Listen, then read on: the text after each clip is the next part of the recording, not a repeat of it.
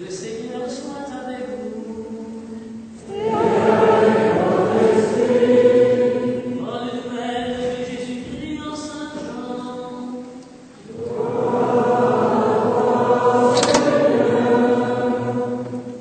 Trois jours plus tard, il y avait un mariage à Cana en Galilée. La mère de Jésus était là.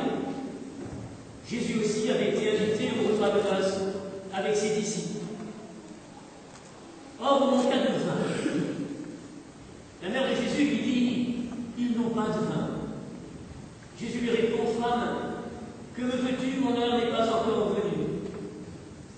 Sa mère dit au serviteur, faites tout ce qu'il vous dira.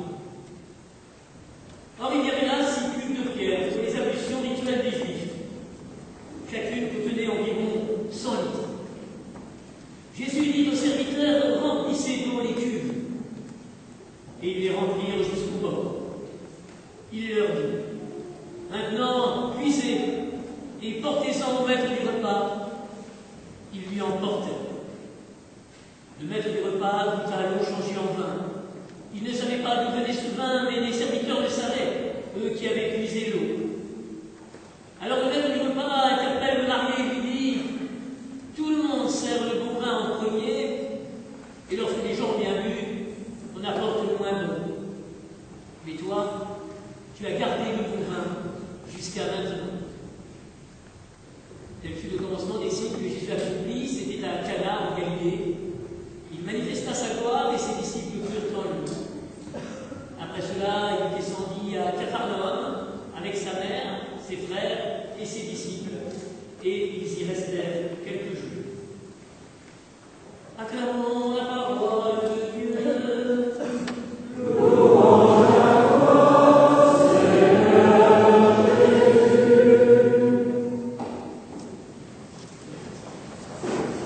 Bonheur des époux, bonheur de la famille, bonheur de Jésus et de tous ses amis, bonheur du maître de maison qui ne s'est même pas rendu compte du petit problème d'intendance qui s'était posé, bonheur de tous.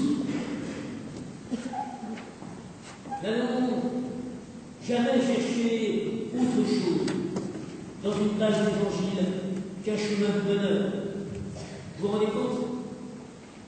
Comme premier signe de sa présence, Jésus qui offre 600 litres de vin à boire à des invités qui pourtant avaient déjà bien bu, au mépris de toutes les règles de la ritualité, puisqu'il se servait déjà contenant l'eau de la purification. On est bien loin de l'image parfois encore véhiculée chez certains de nos contemporains d'une église qui ne serait qu'un rassemblement de gens du devoir bien grincheux. Oui, tout respire le bonheur. Alors je voudrais seulement aujourd'hui témoigner moi aussi de mon bonheur d'être là, à présider cette célébration. Bonheur d'avoir retrouvé après de longues années le fils de mon meilleur ami de lycée. Bonheur de t'avoir découvert, Marine, avec la joie de vivre, ton enthousiasme.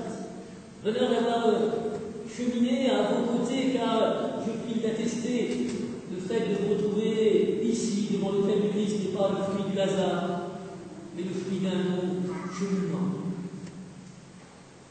Et lorsque on lit une page d'évangile, on peut s'attacher à la dimension du récit, mais il faut aussi nous attacher à la dimension symbolique.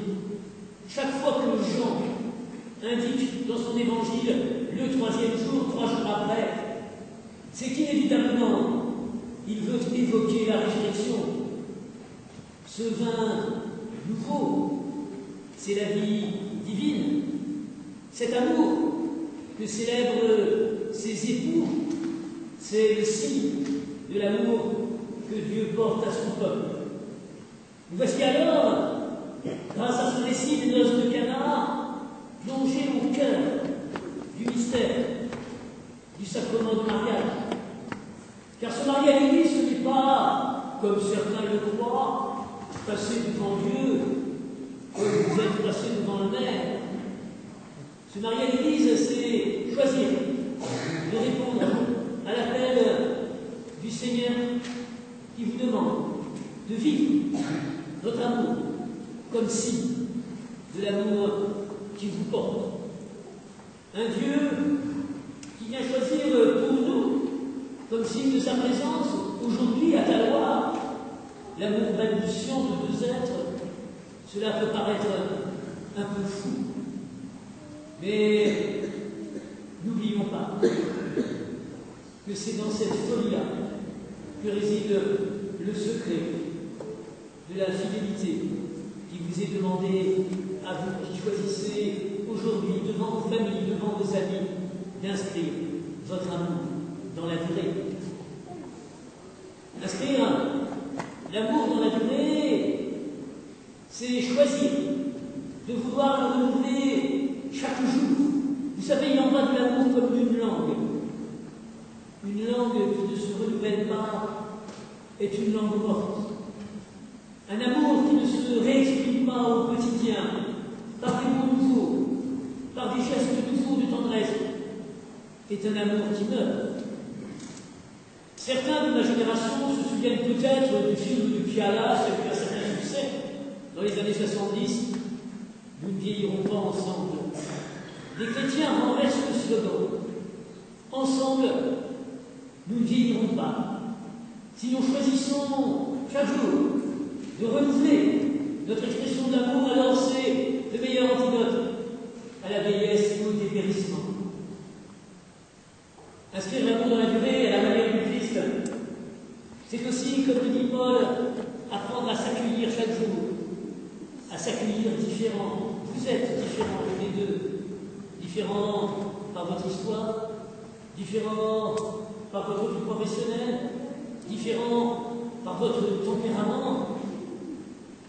S'unir, ce n'est pas vouloir gommer la différence, c'est choisir de s'enrichir de ces différences. Il est vrai qu'apprendre à s'aimer dans la durée, c'est peut-être aussi, un jour ou l'autre, apprendre à être déçu l'un par l'autre. Car lorsqu'on n'a pas été déçu par l'autre, est-on capable de l'aimer vraiment? Car on risque d'être plus amoureux de l'image idyllique qu'on se fait de lui, plutôt que de sa propre réalité.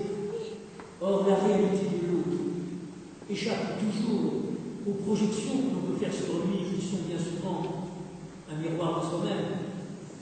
Oui, et tous les vieux couples vous le diront, peut-être qu'inscrire l'amour dans la durée, c'est de temps en temps passer du « je t'aime parce que » au « je t'aime bien que » et poursuivre ainsi la route. Inscrire l'amour dans la durée, c'est apprendre à donner et surtout à recevoir. Car ce que l'on partage, c'est surtout ce que l'on n'a pas. Ce que l'on a, on a toujours le risque de l'imposer. Ce qui fait le ciment du couple, c'est lorsque l'on partage ce dont on manque. Inscrire l'amour dans la durée, c'est enfin aller jusqu'au bout dans cette démarche d'amour. Quelles que puissent être les difficultés rencontrées au chemin, et Paul de nous avertir, les jours de peine, soyez dans l'espérance, les jours de réussite, soyez dans la joie. Vous savez, ce qui est extraordinaire dans ce récit de Cana, peut-être encore davantage que nous changions en main, c'est de voir cette fête qui se poursuit alors que tout le monde la croyait terminée. C'est ça le miracle de Cana. Une fête qui se poursuit lorsque tout le monde la croit close. Oui, cette fête de cette vie que vous choisissez de mener à deux ne va pas s'arrêter avec l'extinction des feux de cette nuit. La fête commence en Jésus lorsqu'on la croit finie. Alors permettez-moi simplement, Guillaume et Marine, de vous dire au nom de tous vos amis, réunis nombreux aujourd'hui, d'espérer que dans cette vie qui sera faite de joie et de peine, de réussite et d'échec, d'espérer que continuera longtemps de résonner à vos oreilles cette plainte de Marie, faites tout ce qu'il vous dira et permettez-moi, moi-même qui suis confronté souvent au quotidien de ma vie, à ces blessures causées chez les enfants par les ruptures conjugales, permettez-moi de vous dire mon bonheur d'assister à la naissance d'un couple où je suis sûr il faudra vivre comme enfant.